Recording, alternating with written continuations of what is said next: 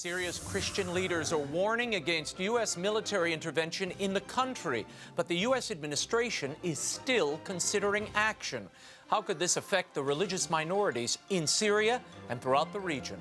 The chair of the U.S. Commission on Religious Freedom, Robert George, explains what's at stake. And 50 years ago this week, Martin Luther King delivered his landmark I Have a Dream speech at the March on Washington. Reverend King's niece, Dr. ALVEDA King, is here to discuss her uncle's dream and his true legacy. And move over, Robin Thicke. A second group of nuns are topping the Billboard charts. Two of the Dominican Sisters of Mary, Mother of the Eucharist, are here to talk about their success and the story behind their best-selling CD. The World Over Live begins right now.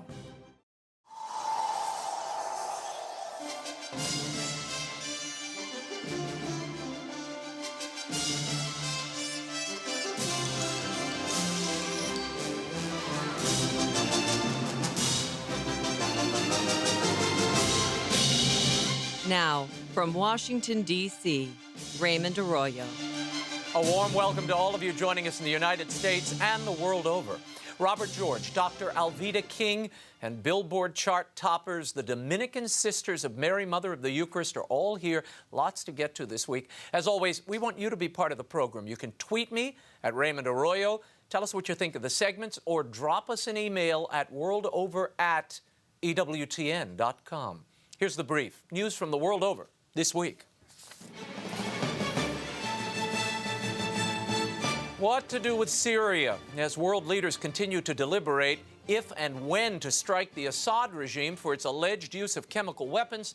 Top prelates in the region are warning against a military response and echoing Pope Francis's call for a negotiated peace. Speaking from Damascus, Melkite Catholic Patriarch Gregory III said that an American-led assault on Syria would only reap more victims.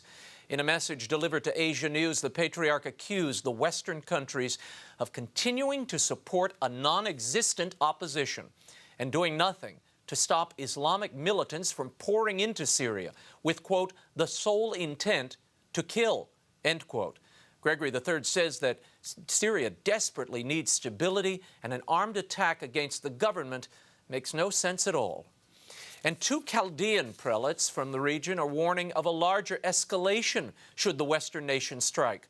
Bishop Antoine Audo of Aleppo says U.S. military action could spark a world war.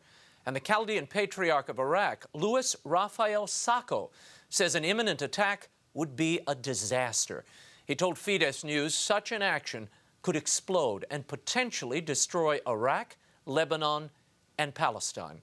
He further noted the failures of the U.S.-led invasion of Iraq, claiming that the overthrow of the government there led to the persecution of Christians by Muslim extremists. Thousands have been murdered and hundreds of thousands have fled the country, he said.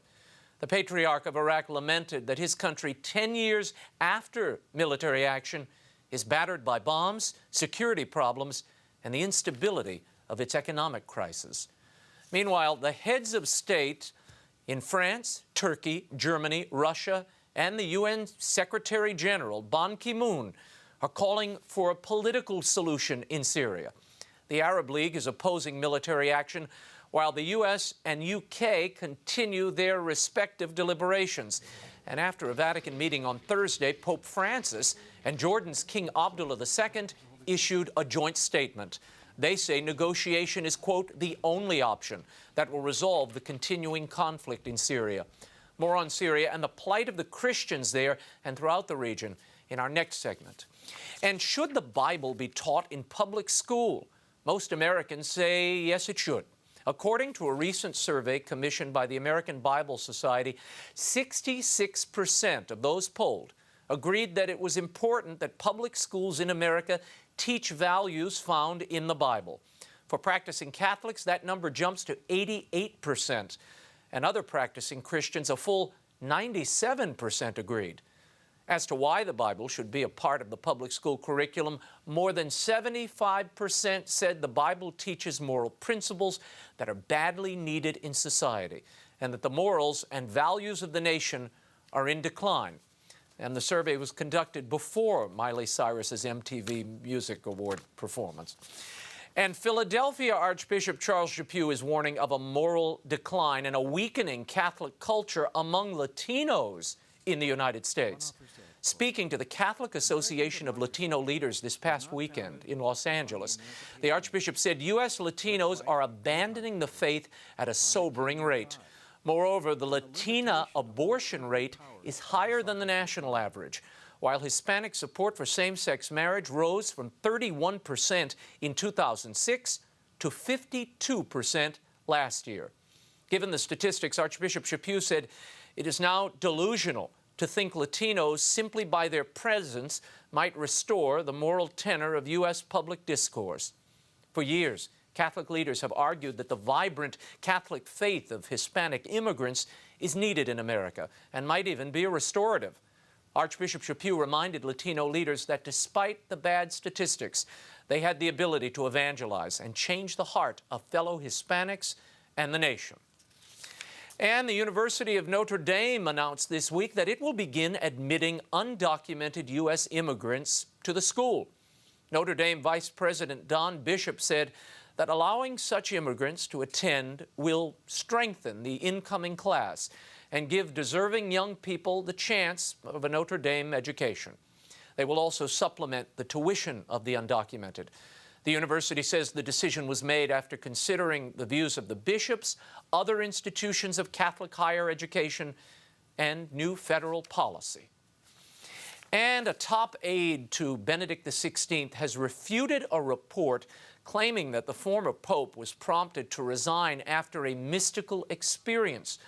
You'll remember this past week, Zenit News Service cited an unidentified source who had met recently with the Pope Emeritus. According to the source, Benedict spoke of having a mystical experience during prayer, in which he received the message that God wanted him to spend the remainder of his life in quiet prayer. Longtime secretary to Benedict, Archbishop Georg Ganswein, denied the widely circulated report.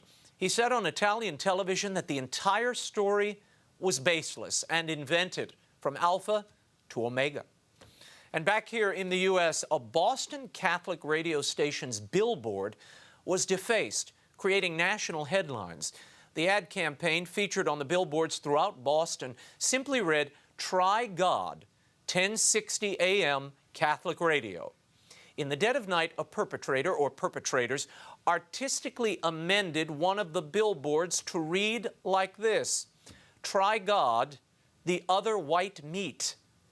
Obviously a reference to the longtime ad campaign of the U.S. pork producers. To discuss, we're joined via phone by the station manager for WQOM 1060 AM in Boston, Christopher Kelly. Christopher, thanks for being with us. Thank you, Raymond. Hi from Boston. Now, tell me, what was the message, do you think, they were trying to convey, these pranksters? I mean, was this a prank, or is this some anti-Christian attack? Well, Raymond, that's a good question. The billboard was actually defaced in such a way that they had this banner, which was printed, that matched our font exactly. So whoever did this went really out of their way to get this banner up there. We had people that started calling me early in the morning asking, had we changed the sign? And indeed, we hadn't. So we contacted our folks that actually own the billboard. They were able to take down that addition, and then we were able to go back to our original message, "Try God, 1060 AM Catholic Radio." We filed the police report, and we still really have no leads on who did this or what the motivation was. Did this vandalism dilute the station's message, and what impact has it had? Well, if anything, our message was "Try God," and we tried to make that message as simple, as clear as possible. We wanted it to be a broad message that was inclusive and kind of throwing the nets wide, if you will. And we had a great response. We had people who were Protestants, who were Catholics, calling us up saying, "This is a really great message. Keep the advertising going. Keep Try God going." And what ended up happening is, so the local news started to pick up the story. We got on to NECN, which is our local New England cable news. A lot of the blogs picked this up. And then as the stories just kept coming out, we started to go national. So the Drudge Report and some other news agencies started to pick up the story. And overnight, we started to get national attention. So there was a silver lining here, despite the defacement of the billboard. Yeah, the silver lining is that we got a ton of free publicity, and the message of Try God is actually spread across the internet, across the blogosphere world. I think on the Drudge Report we had over 2,700 comments in just a matter of hours. So it really caught fire.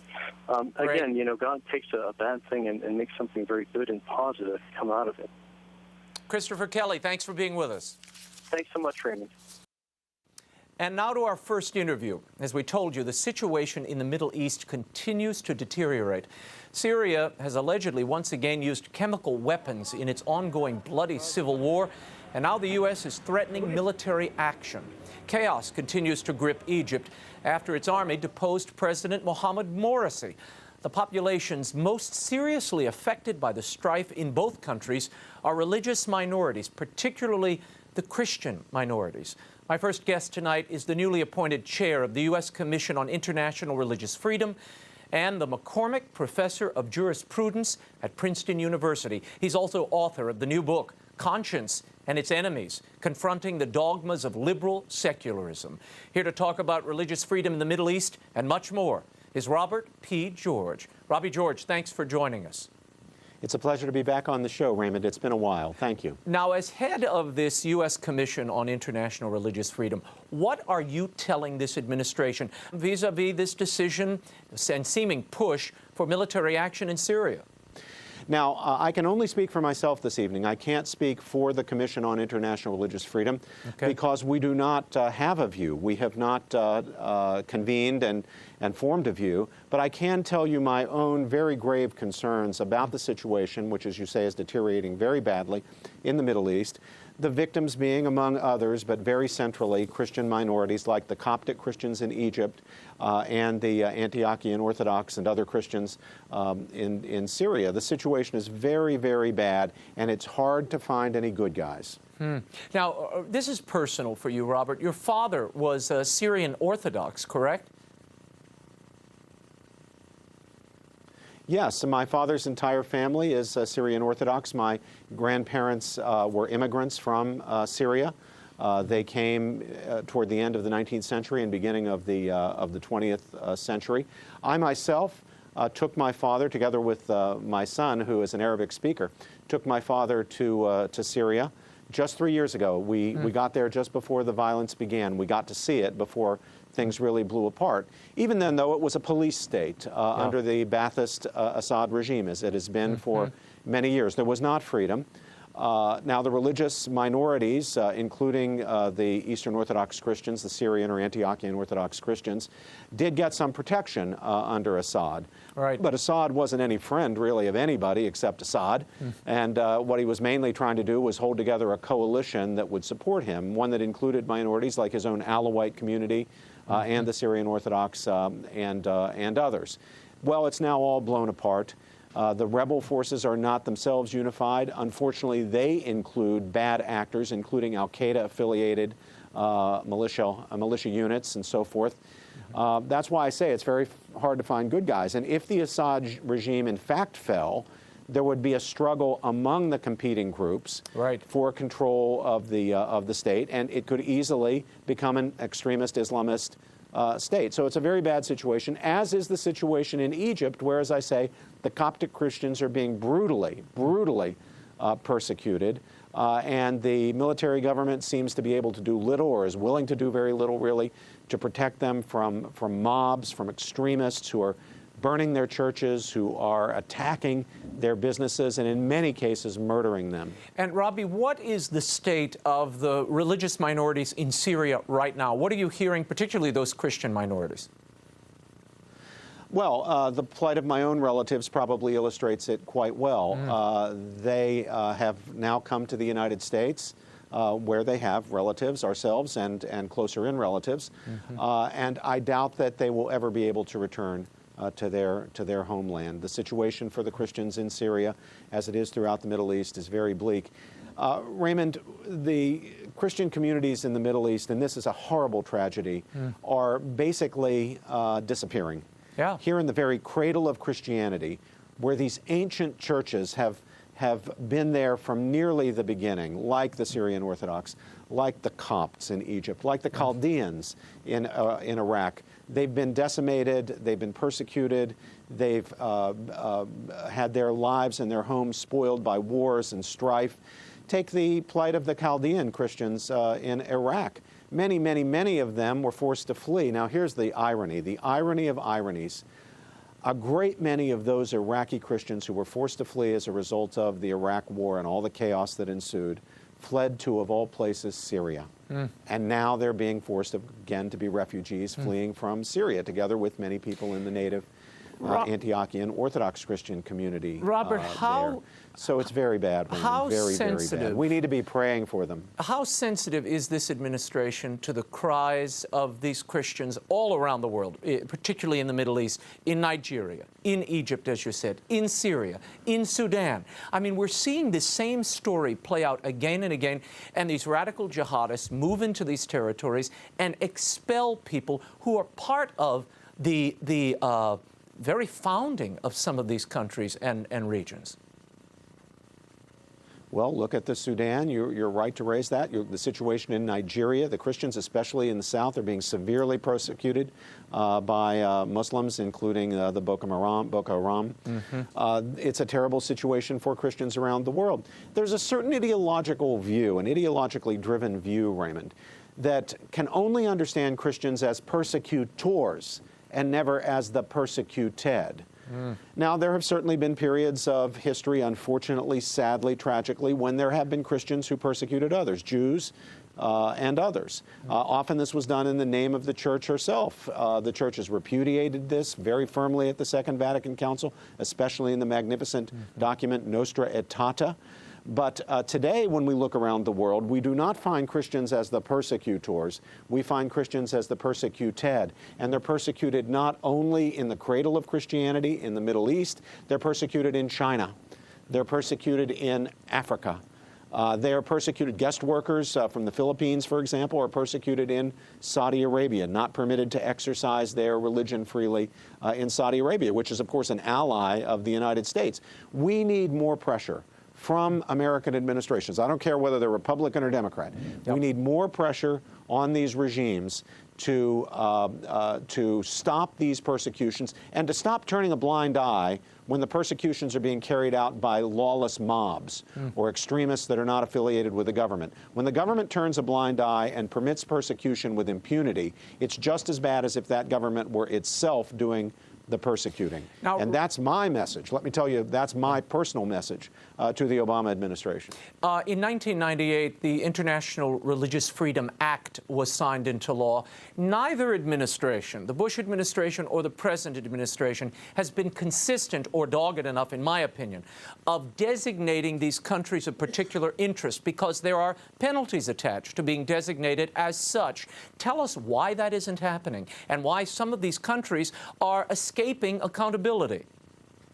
Well, I hope your viewers will go to the internet and use a search engine to look up the op-ed piece that my dear colleague, former chairman of the commission, now the vice chairman of the commission, Katrina Lantos-Sweat, and I published in the Washington Post just last week, really bringing some pressure on the administration to get serious about designations that would trigger the sanctions against the worst offending regimes, those that are on our list of countries of particular concern. We call it the CPC list. Right. Now, I have to say, in defense of the Bush administration, that in the first term of President George W. Bush's administration, we really got action. Unfortunately, it tended to peter out in the second term, and the Obama administration is really not doing what we need them to do as far as renewing these designations and getting serious about the sanctions.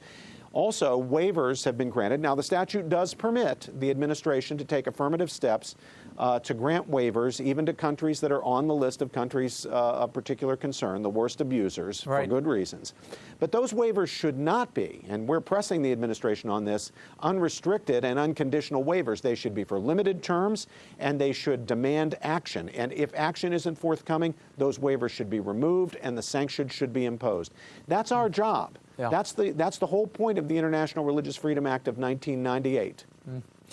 Tell me, before we go, what leverage do you think exists at this point, Robert George, vis-a-vis Syria?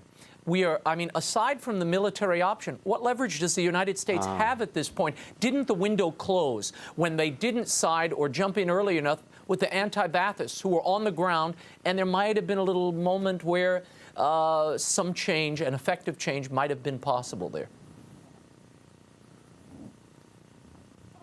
I fear, Raymond, that you are all too right about this. It's a tragedy. I think there was a point early on when anti-Baathists were in a position, had they prevailed, to establish a more humane, it wouldn't have been a democratic regime, but a more humane regime. The trouble now is that we've got the presence of Islamist extremists, Al-Qaeda-affiliated militias, who, if they come to power, will be every bit as bad, if not worse, than the Assad regime. And it's hard to think of anything worse than the Assad regime. But an ideologically driven Islamist extremism with a state is not a pretty thing to contemplate. So when we talk about bombing, well, I don't know what good bombing is going to do. No, I don't know what the national evidently, objective the administration is there. does take the view that it doesn't want this. No, it's hard to see. The administration has not given us a justification. They haven't shown that bombing is going to make the situation better. Now, we're appalled by the gassing, the use of poison gas against people in Syria. And the administration claims that they have knocked down evidence that it was, in fact, the Assad military that did it. The UN is contesting that. But whoever did it, we need a justification for bombing that will show us that the bombing will have some hope of making the situation better. Let's not forget Libya, Raymond, where, you know, we went in, we assisted in the removing of Gaddafi. Gaddafi was a monster, no question about that. He was a terrorist. But what did we get? We got a situation every bit as bad, if not worse, as a result of the Gaddafi regime falling. We got Benghazi. And, of course, the administration embarrassed itself deeply with its lying about what happened in Benghazi, which lying is now making it very difficult for Americans to believe their government on the issue of Syria and any anticipated military action against Syria. So there's a price for these deceptions. There's a price for these poor moves, these bad moves, and I'm afraid that that we're paying the price, and people we might have been able to help are paying the price. No, it's a really sad situation, and it appears you have all these patriarchs, leaders from the region, very little leverage, who are saying, don't do this. This will only lead to worse tragedies, particularly for the Christian they fear communities. that it will make it worse. Yeah, and I share those fears. Oh, that's absolutely right. Let's talk for a moment about your book, Robert, Conscience and Its Enemies. In it, you mention our friend, Father Richard John Newhouse. He was certainly in my mind this week, and I pulled up, you know, on the MLK anniversary, the 50th anniversary of the March on Washington. Of course, Richard John Newhouse was a part of the entire civil rights movement, marched with MLK, was part of his inner circle, which a lot of people didn't realize. In your book, you talk about the reason that he parted ways, if you will, with so many of his comrades during those days. Tell us about that. Oh, yes, I'd be happy to. And I know that Father Newhouse was a great friend of yours and that you worked together in Rome during the papal elections and so forth. And I miss him very, very much, as I'm sure you do. You do. He was one of the great Christian thinkers and great Christian leaders, really, of the 20th century. Of course, in those days, he was a Lutheran. He did march literally arm in arm with Martin Luther King. There was a magnificent photograph in Richard's apartment of him marching arm in arm with Dr. King. He had great admiration for him, and Dr. King had enormous respect for Richard, who at that time, of course, was a very young man. Well, Richard was a man of the left. He was the founder of one of the great anti-war organizations, the Clergy and Laity Organization Against the War in the 1960s. He was generally regarded as someone really on the left end of the spectrum. Then something happened, and that something was abortion. It became a national issue, and the left jumped the wrong way. The left jumped in favor of the taking of innocent human life in the womb, and Richard simply could not countenance it. He could not go along. He had marched with Dr. King for human rights. He had opposed the war because he didn't want human life to be wasted in futile wars. And he saw the same issue with abortion, human rights of the unborn child, the taking of innocent human life. And as much pressure as there was on him to go along with his comrades on the left, he simply refused. He stood for principle, and that meant that he would no longer be the fair-haired boy of the left. He would no longer be the next great public intellectual of the liberal establishment, the Reinhold Niebuhr of his generation. But Richard never looked back. Father Newhouse never looked back. He became a warrior for the pro-life cause. His last great speech, really, was at the National Right to Life Convention, where he gave a speech entitled, "Never Weary, Never Rest," pleading with the pro-life movement to never give up, no matter how bleak it looks. He knew that although we have not overturned the abortion license and we have the tragedy of still more than 1 million killings of babies in the womb a year, he nevertheless knew that we had made progress and that we had saved lives by our work, by our witness, by our prayers. And so we must never weary, never rest. And those of us who loved him and who learned so much from him, he was a great mentor of mine. Really, that's the lesson that we need to carry in our lives as a tribute to him. We will never weary, we will never rest, we will fight this. It's been 40 years, but if it has to be 40 more, if it has to be 400 more, we hope that the generations that follow us will keep up this fight until, as he loved to put it, every child is welcomed in life and protected in law. That was his objective, that was his goal, and it should very much be our own. And I'm very glad you're going to be having on ALVEDA King. Yep, she's up next. Who's a great pro-life person and a person who is very much in the spirit, not only of her uncle, but of Father Newhouse. Yep, well, we are going to her in a moment. Robert George, thank you so much. Your book, Conscience and Its Enemies, Confronting the Dogmas of Liberal Secularism, is available at bookstores everywhere and online. Robert George, thanks for being with us. Thank you, Raymond. My pleasure. This week marks the historic 50th anniversary of the March on Washington. On August 28, 1963, hundreds of thousands of Americans converged on Washington, D.C. to show support for human dignity and racial equality here in the United States. Standing before the Lincoln Memorial, Dr. Martin Luther King Jr. delivered one of the most famous speeches of the 20th century. Here's a bit of it. I have a dream that my 4 little children will one day live in a nation where they will not be judged by the color of their skin, but by the content of their character. I have a dream today. The content of our character. Much has changed in America since that speech and because of it. Here to discuss the iconic moment, the 50th anniversary celebration of which she was a part, and the true legacy of Martin Luther King Jr. is his niece, Dr. ALVEDA King. She joins us via satellite from Atlanta. ALVEDA, thanks for being on the show again. Thank you, Raymond. And often I've been on your show to talk about my work at Priest for Life. And this is a little bit of a change, although Father Frank Pavone was sitting right there on the front row with me at that rally. But I do want to talk about the march and everything. Sure. Yes, well, we're gonna weave all of this together because there are interesting, I think, strands that emerged over the last few days. Let's start with a general question. What of Dr. King's dream remains undone at this point? Some people look up, they say, look, you've got a black Supreme Court justice, you've got a black president, you've got blacks and whites interacting and mingling in ways we never thought possible 50 years ago. What of the dream remains undone? 50 years ago, my mother, Mrs. Naomi King, who's still living, she was there at the rally and the bell ringing rally. Sure. My father, Reverend Alfred Daniel Williams King, AD. And so 50 years ago, they were marching for jobs, for decent housing, for better education, for justice and freedom. And we know that there is still a great need in every community in America now and perhaps across the world for those same human elements.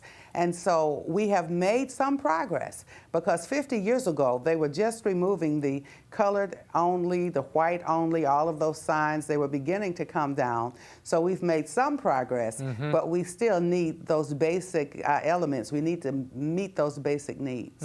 I want to talk about the 50th celebration, which happened this week. President Obama, President Jimmy Carter, President Clinton were in attendance. You were scheduled to perform a song that you had written, and there was a choir to perform it.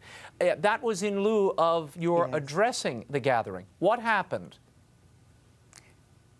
Well, I was not going to be a speaker or a program participant, but the CEO of the Martin Luther King Center asked that we perform the song Let Freedom Ring. And thank God that King had a dream. That was a song that I wrote several years ago. And we had gotten, in our group, there were Grammy winners, Grammy credentialed persons, radio hosts who sing and minister on the radio, very professional and wonderful singers. And they were pulled from the program. Those singers never were allowed on the stage, and many of B.B. Winans' songs were played in place of it, just an excess of B.B.'s songs. And you know, the idea of political correctness emerged because there were other groups who were pushed out of the way and not allowed to come on the stage. And I began to say, why were they pushed out, and why were you pushed off the podium? I began to see a pattern of people seeking political correctness because at the beginning of the MLK events and the I Have a Dream events, Donnie McClurkin, a gospel singer, had been invited to the kickoff concert. And a member of the homosexual community went to the mayor's office and said, he's too mean-spirited. We don't want this man singing here in Washington for these events. And Donnie, who's really a kind and loving man with a testimony of having struggled with homosexuality, and he feels that God moved and intervened in his life, the mayor's office uninvited him. And tried to hide the fact that they didn't want him to come. And as that political correctness emerged, you had two voices during the events. One voice was, let's remember Martin Luther King Jr., let's not be divided by causes, let's love each other with agape love. That was a very strong message, but we also had the political correctness. And I know for sure that President Bush was invited, and it was never announced that the reason he did not come was because he had had that heart shunt or that heart surgery. And others were invited who were not able to come. And Alveda, do you believe that was never noted? Do you believe that your pro-life activism was a reason that your song was edited off the program? I'm very sure that there was concern about those who wanted to be politically correct, and they did not want anything associated with my name appearing on that program. I'm very sure of that. Even though you were invited by Bernice King. I was very disturbed by that. I was invited. I'm a member of the King family, and I was invited to have that song performed because it was the title song, an original remix that was going to be played. Let freedom ring, let freedom ring. And thank God that King had a dream. Nothing political in the message, nothing like that. And it was actually, they never allowed the singers on the platform. I want to talk for a moment about Tim Scott. Now, this is the only black senator in the United States Congress. He's from South Carolina. He wasn't invited. Do you think that's also part of this political correctness? I know that the event planners will say it was an oversight because they really meant to be inclusive. I know that they will say that, but it would not have been hard to find Congressman Scott's address and get that letter sent over to him. And as I say, I do know that President Bush was invited, and he sent his regrets because of the surgery, and some others were invited, but somehow their letters got lost in the mail until it was too late for them to favorably respond. Those letters that were sent out did not get to them until weeks later. That really did happen. I want to talk about we hear from Planned Parenthood. You can see it on their website. They claim Dr. Martin Luther King supported not only Margaret Sanger's regime of sterilization and contraceptive distribution in the black community, I would imagine, but also abortion on demand. They point to a 1966 speech and an award they gave him, a Margaret Sanger Award, that was accepted by Coretta Scott King. Is that evidence that he supported and would not be pro-life today? At priestforlife.org/African American, I have an article on there and a copy of the brochure and some of the content of the speech right there, MLK and Planned Parenthood. And you can go and visit that. And the point that was made here, Martin Luther King Jr., out of his own mouth and with his own pen, expressed his pro-life views during his lifetime. One thing that he did was an advice column in Ebony magazine in the 1950s. And one young man said, "Dear Dr. King, I've been involved in a crime. My girlfriend got pregnant," and I would like to ask the gentleman how she got pregnant if he wasn't there at the time. But anyway, my girlfriend got pregnant and I refused to marry her, and a crime was committed. In other words, the young lady had had an abortion, and he went on to say, "I'm so sorry, I've prayed about this." And my uncle's response was, "Now that you've repented, we can move on with healing. And so Martin Luther King Jr. agreed that that was something that needed to be repented for. In Letter from a Birmingham Jail, he said, don't be like the Romans who committed infanticide. He went on to say, injustice anywhere is a threat to justice everywhere. He was pro-life. My grandfather, Martin Luther King Sr., was pro-life. My daddy, A.D. King. Now, what you find, Mrs. Barbara Bush, Mrs. Laura Bush, pro-choice, and supported that part of the women's movement, the reproductive movement. Coretta Scott King, my aunt, did as well, but their husbands were pro-life. And so that is what happened. Martin Luther King Jr., abortion was illegal in 1966 anyway. That's right. But he was pro-life until he left the planet. I want to play a clip for you. This is the Reverend Al Sharpton at part of these commemoration services, and he was speaking about the time that we're in now. And I want you to listen to this, I want the viewers to listen to it, because it really is about what does the dream mean today? Dr. King's dream, not anybody's dream. Listen. All America that only worked for white males have passed away. All America that only worked for English speaking have passed away. All America that tell you who to sleep with but don't put food in the kitchen has passed away. All things have passed away. We see a new America. We see an America of equality, of justice, of fairness. We march because we're going to bring a new America, one nation. It's time to march for a new America. It's time to organize for a new America. It's time to register and vote for a new America. Dr. ALVEDA King, does that reflect your uncle's vision, the dream that he laid out for us back in the 60s? Not only with Al Sharpton, but many of the speakers, politically correct, but we have to listen to what they were saying. One nation, never one nation under God, simply one nation. Old things have passed away, never saying that the new things should include the principles that Martin Luther King Jr. stood for.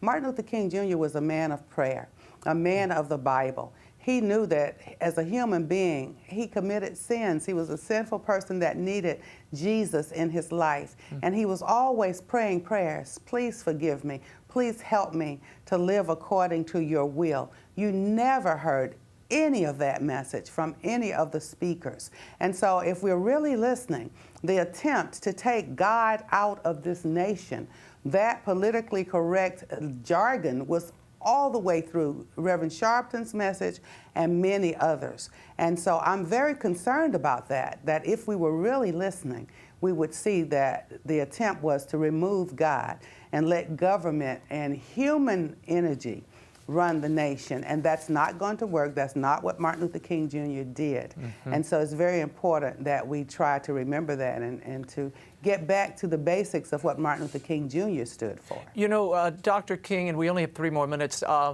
my friend Father Richard John Newhouse, who marched with Dr. King and was a confidant of his, was very close to Ralph Abernathy, who wrote the book And the Walls Came Tumbling Down.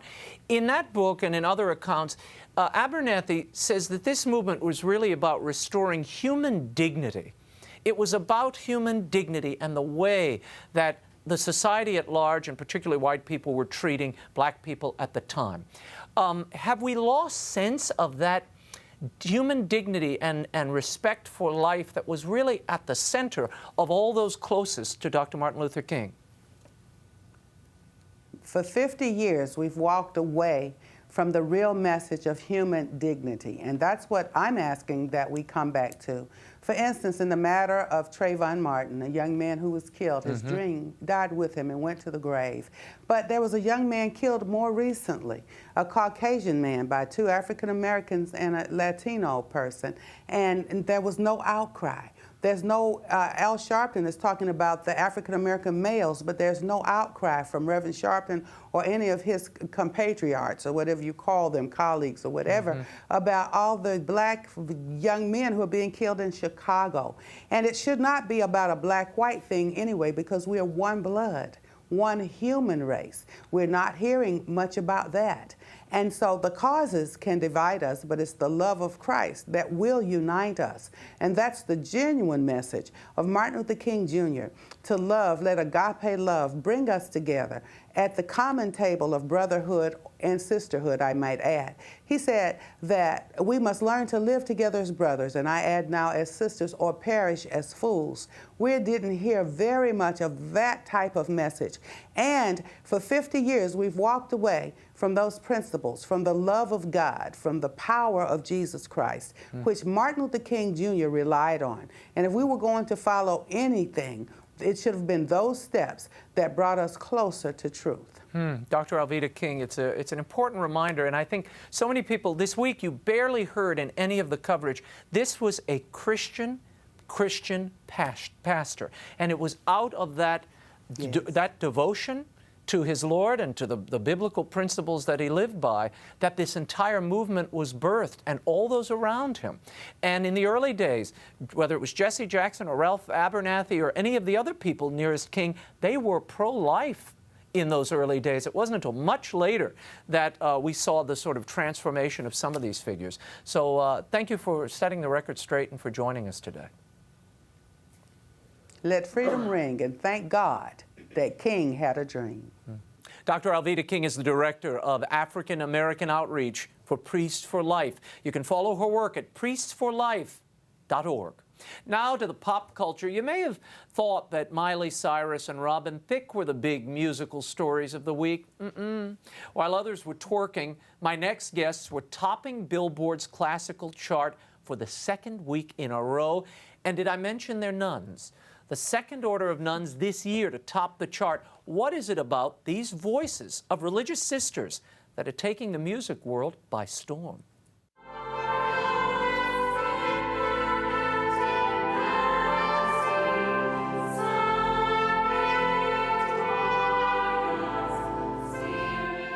Here to tell us about their new CD, Mater Eucharistiae, are Sister Joseph Andrew and Sister Mary David of the Dominican Sisters of Mary, Mother of the Eucharist in Ann Arbor, Michigan. Sisters, thanks for being here. Thank you. Now, let's start with, why do you think in this day and age, when we're seeing performers go to ridiculous lengths, gratuitous, crude lengths, to draw a crowd and to sell CDs, why is this CD lighting up the charts in this way? Because people want God. Very simply put, it rings true in everyone's heart. And whether or not they really understand it, they want a piece of it, they want a part of it, they want to be somehow immersed in this. They don't want to miss the good, the real good. You know? Sister, what is it about your community? And you all have not exactly been shy, and you're not a cloistered community. What is it about this community that you think draws people's attention? And what is it that you all want to bring to the world via this music? Well, I think I'll tell you what drew me, because I think that's what draws everybody's, and that was the joy of the sisters.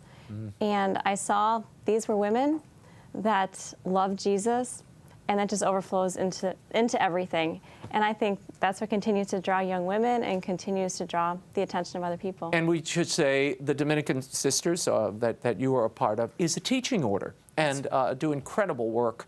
And you're about to branch out, which we'll talk about in a moment. Okay. What are you seeing, Sister, and hearing from the people that listen to this? As you said, I do think there's this aching for serenity, for a sense of the divine and a touch of the divine. You know, Raymond, I think because there's an element of mystery in the divine, obviously, for all of us. And so it's kind of like, tell me what you know, because I don't really spend the time in prayer, perhaps that I should, or I don't recollect, myself and really let God lead the way. And when you hear this, you're put into a holy silence, and you go interiorly. And I think God really does use that opportunity to speak. And so they're like, I want that. I want to hear what God wants to say to me. And I think that's what people really need, because the culture is robbing them of the silence and of the peace and of the joy of living a spiritual life. Sister Mary David, how did you all prepare for this recording? It was over, what, 3 days? Yes, not quite, actually, about 2.5 Really? days. You're fast. Yeah, we were fast. You could have gotten the whole collection out had you stayed a few more days, sister. I know. So we basically practiced pieces that we chose, pieces that expressed the spirituality of our community, which is basically a love for Jesus and the Eucharist and our Blessed Mother, and songs that we sing regularly anyway. So we put in some extra practice, and we had a wonderful teacher who conducted us from U of M, Dr. Scott Piper.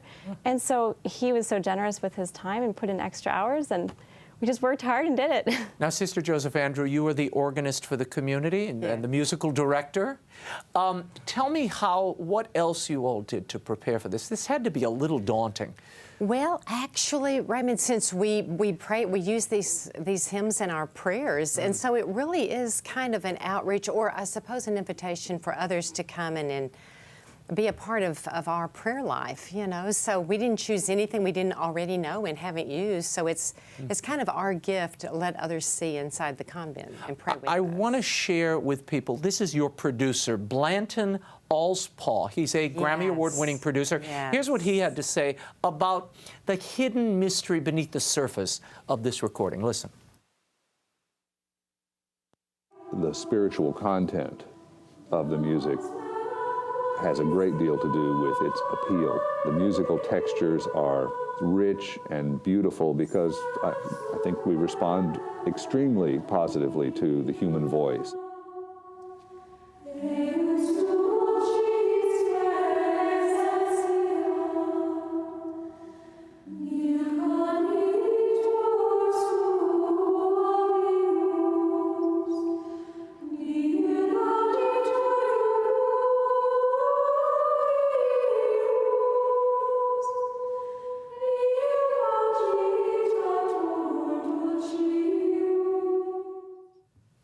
Beautiful stuff. Tell me, how did this whole album come to be, and how did your community meet up with the Fitzgibbons, who are really the masterminds behind this, Kevin and Monica Fitzgibbons? Yes, well, Kevin and Monica are good friends of our community, and what ended up happening was on Sundays at all our convents, Vespers are open to the public. So Vespers is evening prayer in the church.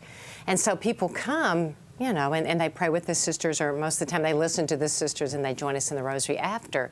Well, the Fitzgibbons came to our convent in Phoenix, Arizona, and they heard this singing and they got this idea, and so they proposed it to the community. I don't think we would have ever really even thought about this. So then, as Mother Assumpta always says, if it comes to us and it's good, and we'll take it as if we're able to do it, you know, God's will. So we agreed to do it, and as I said, it wasn't that difficult in the sense of we really did use hymns that are part of our community. And some of these are not traditional hymns. Some of these are contemporary pieces you all have written. Yes, the sister wrote 2 of them. So I hear. Yes, and another one of the sisters. You just did it to get all those Aztec rights, those mechanical rights. Don't hold out on me, sister, which I hope you're learning about now. A little bit. We'll put you in touch with a good lawyer. And when you were recording the Te Deum, something particular happened. Yes, that was so. Well, Sister was playing the organ. We were recording the Te Deum, and we had, of course, been waiting for the election of the Holy Father. And just in the midst of things, one of the sisters, we realized white smoke. Right. So she popped her head in the chapel where we were recording, and out we went down the hall to find out what had really happened. Yeah, it was quite a moment. It was quite a moment. I'm glad they caught it. It's funny watching you all. Yes. Suddenly, the recording session ends. The engineer's probably going, what is happening here? Everybody vacates, and I'm sure you were out of the room for we were. hours. About an Because hour. it took a long Yes, time. it did. I remember standing in the rain, and I'm out there. Anyway, tell me why this community and the Dominican Sisters of Mary, Mother of the Eucharist, have been so present, almost omnipresent in the culture over the last few years. You went on American Bible Challenge. You were on Oprah's last season, not once but twice. What are you trying to accomplish, and what is this CD accomplishing for you? You know, I would have to say that when our community was founded, we said we will do everything that we think God wants of us to bring Him to the world. And so it starts in the chapel with our daily Eucharistic adoration, you know, and there in the Dominican tradition, the fountain fills up with the love of God. Then we run out to give it to the world. And of course it is, as you had already mentioned, traditionally through our teaching, which is so essential. So we're K through 12, and we're even teaching in colleges now too. But also anything else, because you're not going to be able to get everyone in classrooms. So wherever God shows an opportunity, if we're capable and we can do it at all, we want to be there. Sister, what does music mean to the community? Well, on a daily basis? Well, goodness, it's all over the place. I mean, it's so much a part of our prayer. So much of our prayer is sung. And it does something that's beyond what the spoken word can do. It lifts the mind and the heart to God in a way. You know, we just celebrated the Feast of St. Augustine. He has a wonderful writing in which he talks about people singing, praising God without words. Mm-hmm. He said pretty soon you don't even need words. And music definitely has a power to bring us to God. What about singing Oklahoma in the kitchen? That happens. Oh, that happens, yeah. Yeah, I mean, in the kitchen, that's not recorded. Okay, so that's kind of recreational singing. It's slightly different. What are you going to do? I mean, this is the second week you're on the bestseller list. You've got artists like Andrea Bocelli and others who are great, big, huge stars, and they're beneath you on this list. And I love that 50 Shades of Grey is beneath you as well. You both the Order of Nuns, by the way, the Benedictines that de Montfort Music rolled out during Christmas season, and now with your recording. Mm-hmm. What are you going to do with all this money when it comes in? Oh gosh. You know, what we're going to do with all this money that we pray maybe will come in is build a priory in Austin, Texas to house another 125 sisters. We're getting so many vocations and we're out of space. Wow. Sister Mary David, how many sisters are there now in the community? Well, yesterday we welcomed 20 new postulants, so I think that's about 130. Wow. What do you think it is that draws them? I mean, earlier you talked about the joy of the sisters. It has to be something more than that. There's a lot of joyful people out there who, frankly, are alone. Not to say orders that I'm sure are the same case. What is it particularly about this community? You know, God promised to be with the church until the end of time, and we really do need authentic religious life lived with the joy and enthusiasm and vibrancy that Mother Church has asked of us, and that, therefore, with the sacrifice and the prayer life and the depth of commitment to our own community life, all those things make our life real. And so when a young woman comes and sees it, if this is her call, she's immediately, I want the whole package. Don't minimize anything. You know, it's a great age of heroism in young people today. They all have the hero inside and they want it called forth. And so I think they see this and they're like, I fit here. This is it. Now, Sister Joseph Andrew, are you going to do another recording? Are you all willing to do another? We are always willing to do whatever is God's plan. You know, do we have You're evading my answer. Don't dodge my question. So. Yes or no? If he says so, our answer is always fiat. Oh, that's good. Now that's a good answer. Thank you both for being here. And it is a beautiful album and a collection of not only your song, but your spirituality, I think, that is carried through each and every cut on the CD. Thank you for being here. Mater Eucharistiae by the Dominican Sisters of Mary, Mother of the Eucharist, is available at stores everywhere, online, at all the usual outlets, and of course through the EWTN Religious Catalog. Well, that is all the time we have. The show continues on Facebook and Twitter, as always, and the Twitter and Facebook pages are linked on the left-hand side of my website, RaymondArroyo.com. And don't forget to sign up for my weekly e-blasts. It was a blockbuster this week, including Father Richard Newhouse's remembrance of Martin Luther King, with whom he marched. You don't want to miss that. You can also sign up for free at RaymondArroyo.com. Our World Over 17th anniversary month begins next week, which I can't believe. We're the longest-running live show on EWTN. We hope you'll join that celebration. After all, you made it happen, so come along. In the meantime, we'll be scouting the world over for all that is seen and unseen. On behalf of the staff and crew of EWTN News, I'm Raymond Arroyo from Washington, D.C. Bye now.